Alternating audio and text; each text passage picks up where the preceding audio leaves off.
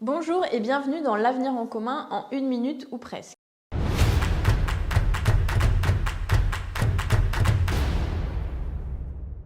Les mers et les océans sont indispensables à la planète. Ils régulent le climat et ils produisent de l'oxygène en absorbant du carbone. La majeure partie de la biodiversité s'y trouve d'ailleurs. La préservation de notre écosystème et donc la survie de l'humanité dépend de ces espaces. La mer sera essentielle pour faire face aux immenses défis à venir. Il est impossible de réduire les émissions de gaz à effet de serre sans les apports des énergies marines renouvelables et les 10 milliards d'êtres humains de 2050 ne pourront pas également accéder à l'alimentation sans les ressources de la mer. Avec 11 millions de kilomètres carrés de mer et d'océan, notre pays dispose du deuxième territoire maritime du monde. Pourtant, l'État a abandonné la gestion et l'exploration de la mer au marché.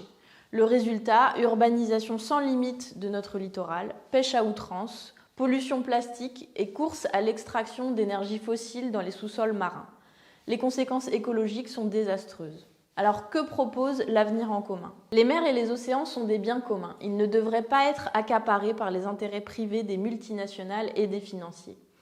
Il faudra alors créer un ministère de la mer et une direction générale de la mer afin de mener une politique ambitieuse, cohérente et écologique dans ce domaine. Pour cela, il faudra faire passer le nombre d'emplois maritimes de 400 000 à 1 million très rapidement. Nous développerons les énergies marines renouvelables dans le cadre du plan de transition énergétique.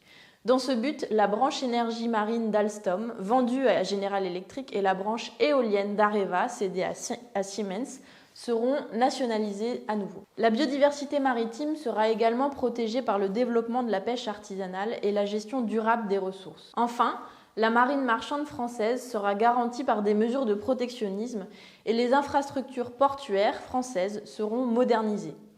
Pour plus d'informations sur nos propositions concernant la mer, rendez-vous sur mélenchon2022.fr et à bientôt pour une nouvelle minute de l'Avenir en commun.